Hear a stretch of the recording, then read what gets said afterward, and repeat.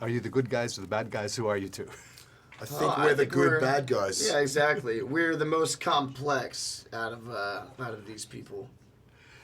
Who do you play? So I play Peter.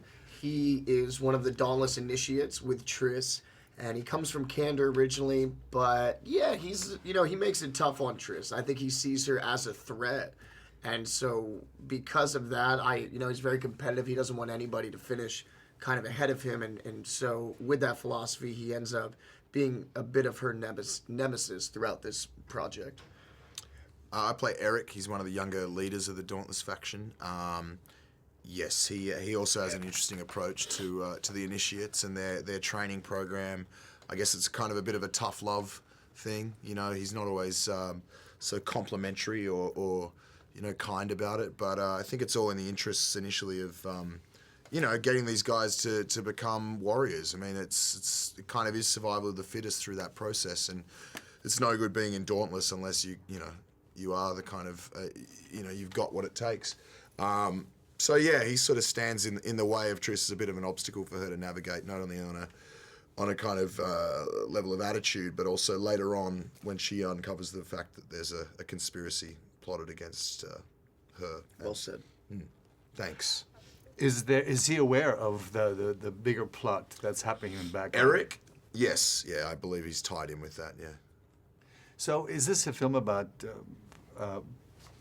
control, fascism? What is it about? It's about so many things. I mean, you've just raised there. They're not words we've been throwing around, but I think definitely, Yeah. No, it is, and it's about self-discovery. It's about confronting your fears. It's dense. Yeah. Now, what does Divergent mean? What does it mean in context of the film? If you're Divergent, that means that you're a disruption to the system because you're able to kind of escape this. In the movie they use this thing as a fear landscape, and they use that kind of as like a mind control mechanism. And if you're Divergent, it means that you are, above that, or you can kind of you're above their control. And with that comes disruption of the system, and you're able to kind of escape these factions and these very specific attitudes that they want you to have. And that's the government, in this movie doesn't like that. Do you see any similarities between where we as a society are going and the society in this movie? I haven't seen any. I've been looking. I I haven't picked up on any. The weather still seems pretty good, and everything seems to be flowing along here. So I hope it's not.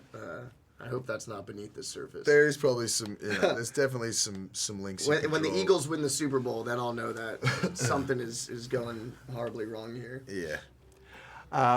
You guys, they're very physical roles, so you must have done some training.